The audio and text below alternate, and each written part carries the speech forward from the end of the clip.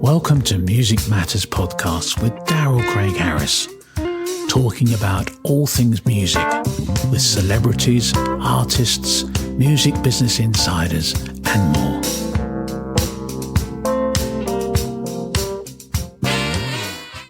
Adam and Dee from the A.D.A.M project. How are you guys doing today? Hi, I'm doing great. How you doing, Damien? I'm doing amazing. You look fantastic. Thank you. I feel like I look studious with my glasses. Studious. That's a good. Yeah, we got matching. We have matching studiousness. Studiousness. Yeah. I think you could say a word. That's our new word. So you guys have an interesting project. It's kind of a collaboration with a lot of different artists, singers, writers, and you have a new single out called Punch Out, which is one of the most added new releases on the rock charts and Billboard mainstream rock chart. Been added to a bunch of stations around the country. So tell me about the A.D.A.M project. How did that get started, and what was the impetus to get that all together? Well, it stands for, I wanted to figure out a way, Darrell, to make it all about me and not about me at the same time. So my name's Adam, and I went to Damien. I said, hey, I got this idea about, doing hard rock inspired music about video games, because I'm a big dork. I don't want to grow up. And so I went to him with the idea. We couldn't think of a name. I had a few different names to start. And I'm like, what about A.D.A.M Project? And then I realized it was a movie that just came out named A.D.A.M Project. So I'm like, well, how about the A.D.A.M Music Project? Well, the problem is the name A.D.A.M stands for Artist Developing Astonishing Music Project. So it's basically it's like, wait a minute, music project, and that's what we went with. We now call ourselves AMP for short, but the only way you'll find us is if you go to A.D.A.M Music Project. And the idea was trying to find the right singers, the right musicians to be a part of a song, and honoring the essence of what inspired the song. So in some cases it's a character, some cases it's gaming culture, but it's definitely all video related. And I went to Damien with the idea, and I said, what do you think of this idea? And Dee, what was your initial thoughts? I thought it was really cool. I thought it was really unique. I thought it was a little bit crazy. I thought all those things make, like, I don't know, that there's like interesting ingredients, all of those things kind of put together. And so when we did start it, and we did the first 4 or 5 song EP. At that point, I don't know if I knew it was going to be what it is today. I thought, man, this is really cool, and this is a fun, maybe kind of hobby kind of thing. That's awesome. But as we went on and did more music in the next 6 to 12 months, I realized that we were kind of onto something, and I was like, you know what? This is going to be a little bit more than hobby. Yeah, the music's awesome, and I dig, like, it's kind of a modern rock thing happening. How would you guys classify your music? Is that pretty accurate? Or? I think, Dee and I talk about this all the time. You write songs for the active rock genre because it's what we love, hard rock. Right.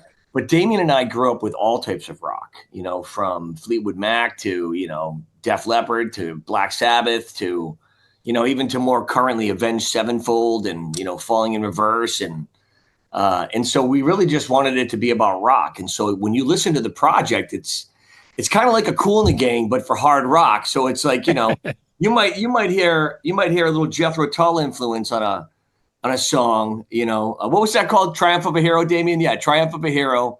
Yeah. And then you tune into the next one, you hear a little Pat Benatar, and then all of a sudden out of nowhere, you're like, wait, this is new metal.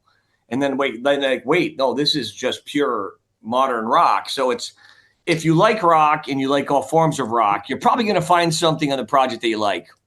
Yeah, and I think, and all those bands that you named are stuff that I love too. And obviously they're still popular. All those bands are still out there doing their thing. So you're in a great space with that. How did you get started, Adam? What was your background? Because I know you have a digital marketing kind of background. I feel like, like I tell people all the time, I'm like Peter Pan. I just don't really, I really don't want to grow up. And unfortunately, part of my professional career, I literally forsook music for years. I was, pursuing it when I was younger, teenagers, 20s, got married young, then you had kids. Next thing you know, you got to feed them. Music, right, exactly. Music's not a very good business to get into if you actually want money. So it was, for me, it was something that I put aside and let lie buried for a while. had a lot of success in certain industries, building software, doing things like that. But music always kept coming back to me. And so I started an independent label in 2006. Damien and his band Aranda was one of the 5 acts that I helped promote. And so all those years, Darrell, I promoted other people's music. I put money behind it, budgets behind it.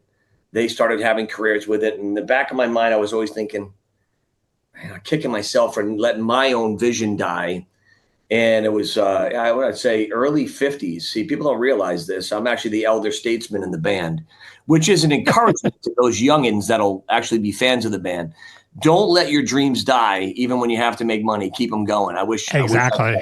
Because Damien will tell you I'm literally like a flood of music at this point in my life. It's just like all the years of pent up aggression are now coming out. The thing for me, Darrell, was, I've been a musician since I was 6.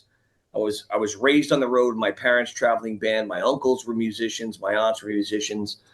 My grandfathers and my dad were disc jockeys. So radio's been a big part of my life. So it only made sense for me to start something and do it. And I'm like, I'm not dead yet. Let's go. I don't want to grow up. I don't need to write songs about angst or suffering or politics. I got nothing really to say. So I'm like, what do I like to do? My wife came to me. She's like, well, you play video games 3 to 4 hours a day still, and you listen to hard rock all the time, and you play it all the time. Why don't you do that? And I was like, ding, ding, ding, ding, ding. It sounds like a good idea. And then, and Damien is an amazing producer, songwriter. I don't know if you know this or not. He's a platinum and gold songwriter. And when I went to him with the idea, there's nobody I'd rather do it with than him, because at least I know that he would tell me if it was terrible. I would hope he would tell me if it was terrible. And, but, so we started doing it together, and then it just became something where I said, all right, this is going to be more than an internet thing. Let's go play out. And so, well, it's great too, to have your business acumen and have that background, and then turn around, kind of 180, come back into the music situation with having that knowledge, and having some resources, which we all need in music, because it's just not enough. You need resources. The thing I will tell you, it is a terrible business decision. But if music is in you, and you don't want to go to your grave with your best song in you, then what choice do you have other than to create? And our whole concept was, why not do it with people that we enjoy and that we like? And that's where it led to Damien's big help. Damien has helped find almost all the talent besides himself and me for the project. And so he's an interesting one to talk to about that, because matching those types of talent with the project was something that I really relied on him to do. Yeah. And Damien, so tell me, let people know your background, because I was reading up on it, but tell us your background with your bands and your projects and songwriting. My obviously really early in life, music's kind of just always been, since I was 5-6 years old. My parents were musicians. My dad played guitar. My mom sang. That kind of rubbed off on us. We listened to a lot of classic rock stuff, specifically a lot of stuff with harmonies, a lot of folk stuff like James Taylor, Cat Stevens, but then also the Doobie Brothers, Boston. So there's a certain love for harmony and singing and learning how chords work within songs that I, at an early age, really enjoyed, and kind of helped me with my production chops now. As I got a little bit older, but started a band with my brother called Aranda, and we're almost 30 years in at this point, and we're still doing things and still trucking along. So I done that when I was I started doing a lot of songwriting for other projects and other artists, and kind of did the LA thing for a while, where you're just in rooms every day writing with people and just trying to get what they call cuts, everywhere. Landed a few cuts. Got some stuff with Kelly Clarkson, awesome. Which was amazing. And for a while, really actually put gas in our gas tank while we were touring as Aranda. So Aranda wasn't quite doing what Kelly Clarkson was doing. Most people aren't. I don't know. So, in my world, you were doing it. Yeah. She was inadvertently helping us, but at the same time, we were just always kind of just driven to connect with people via music. And so from a Randa's standpoint, a lot of that comes from just life and heartbreak and those kind of things that I think are kind of the natural human connection points with people, because we can all relate with those things. And so when we ended up signing with A.D.A.M, we went, I remember this was like in 2006, we went out to Orlando. Gabe and I had already been signed to Sony Music, and we'd already done that thing. We were almost kind of like, man, maybe we should find a different career path, all those kind of thoughts. I think musicians always think that. They always get led back to music. They're always like, oh, I should go get a real job. Oh, yeah, it sucks you back in. And it's like, you know what? Music really is a real job. I would argue that, that if you're doing it right, you're working really hard and you're putting every ounce of energy and passion into it. So I do think it's a real job. Just because you enjoy it doesn't make it not a real job. No better job in the world than making music, dude. Yeah, and it's important. It inspires people around the world, and you write a song and you don't know where that song's going to go, who it's going to touch, and that's an important part of the world. For us, for especially musicians, we're all been inspired by. Little did we know, Darrell. Little did we know that Glass Joe would be honored in a song 20-something years. How many years? Maybe 35, 40 years after the game was actually. And Bear Hugger. I mean, everyone needs to see Bear Hugger. If you haven't seen the video Punch Out, go check it out. We tried to bring the video game to life, and yeah, it's a fun video. I was watching that. music is so much fun, and and rock and roll specifically, because to me it's about adrenaline, it's about energy. It's a little rebellious in nature. Yeah, but when you're actually singing serious songs about silly things, it's kind of tongue in cheek, and we kind of make fun of ourselves during the process as well too.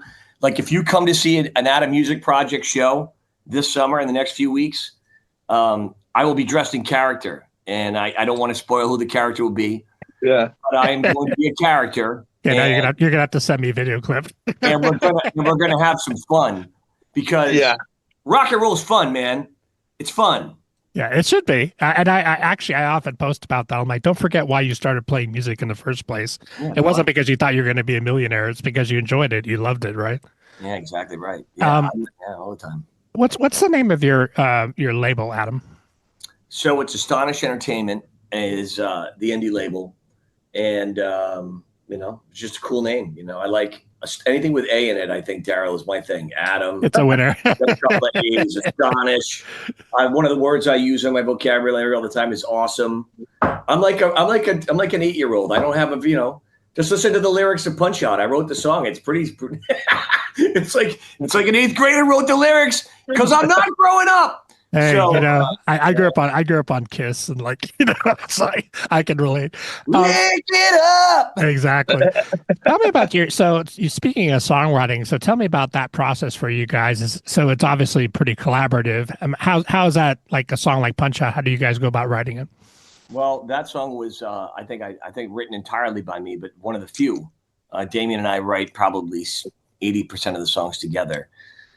Typically, it starts with an idea that I have in my brain, and I'll lay down the music, and then D and I will marinate in that music for weeks. Then we get together, we fly in together, and we write typically 8 to 10, 11 songs in a day and a half, Damien? I'd give it 10 songs in pretty much 2 days, I would say. 5 a day is probably pretty good for us. Yeah, that's pretty epic. We've already released, I think, over 60. And we already have a full 2 full albums done.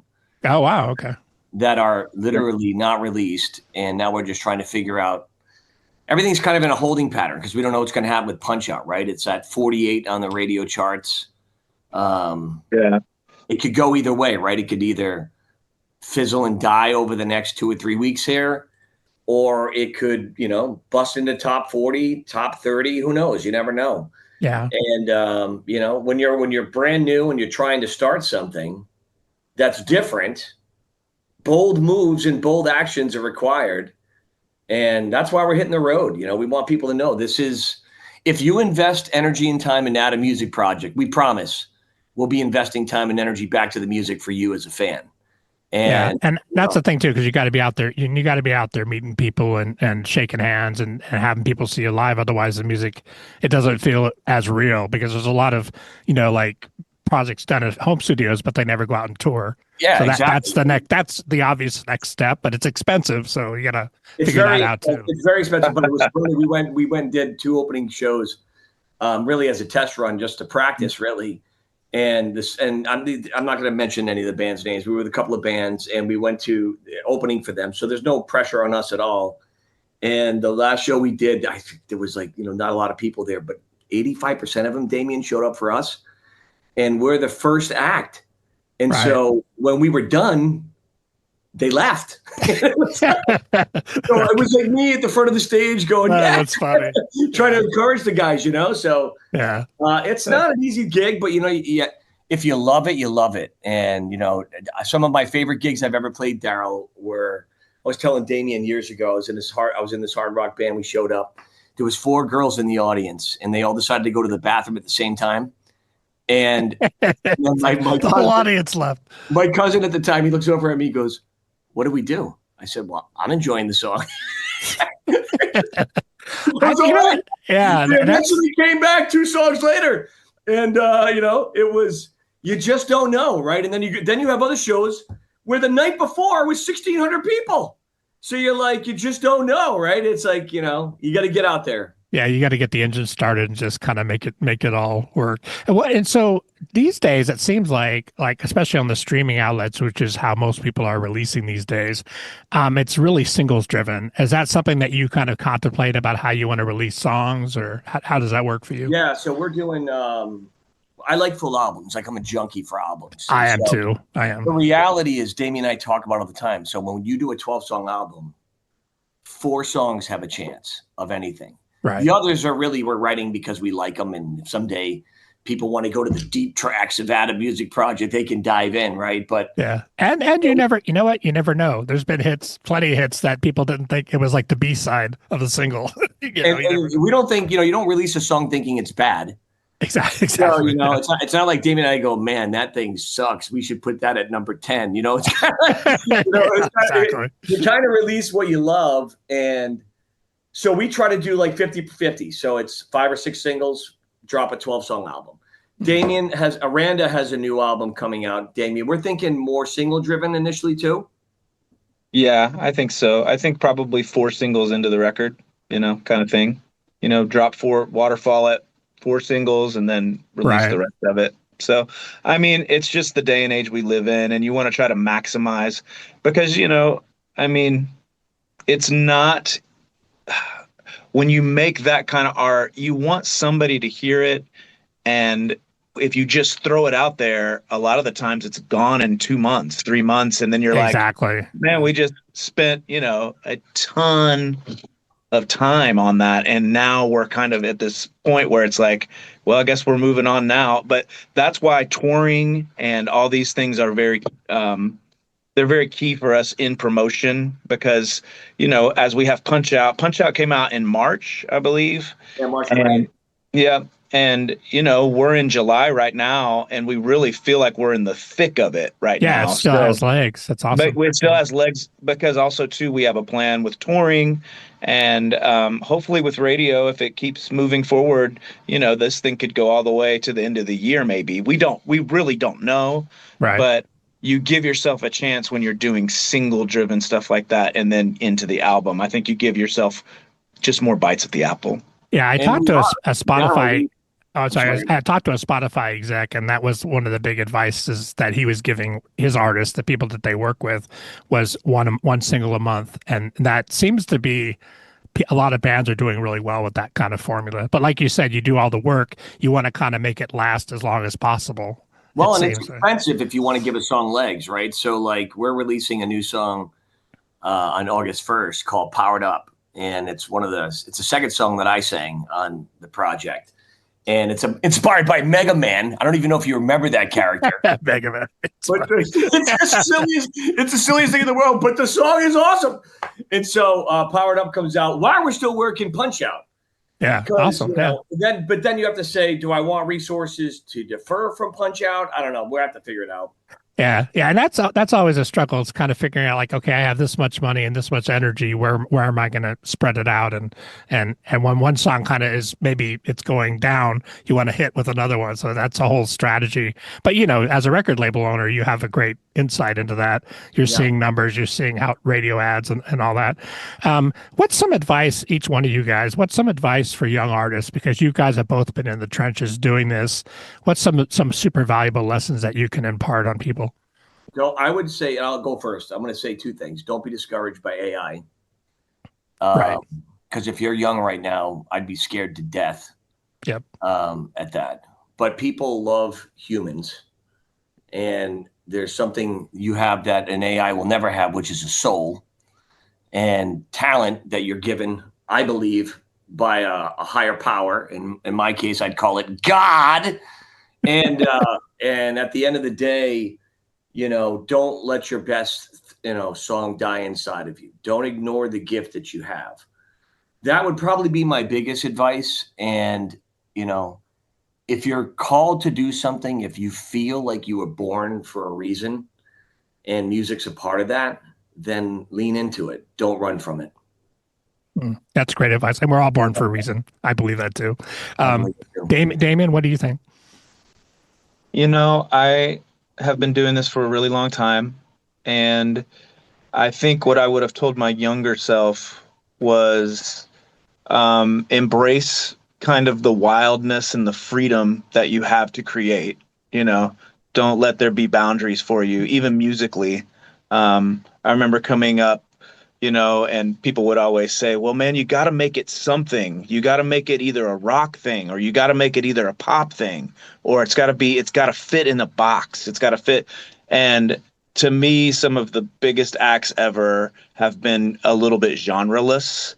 And I would say whatever's in your heart, don't let musical boundaries be just impair you from doing what you want to do. The other thing I would tell young bands right now is either get a manager early or get somebody that on your team that can really help you with strategy. Because, man, you can be 5 to 8 years into a band, and if it's just kind of mindless and there's no strategy or direction, you're just going to find yourself wandering. So make sure you kind of hone that in early. I wish I would have done that earlier, really honed in strategy. Right. Because I think that's just really key in this day and age, even more so than back when I started.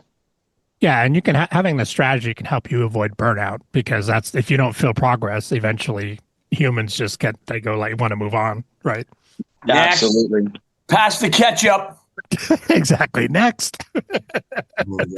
How can people find you guys online and streaming and all that kind of stuff? A.D.A.M Music Project.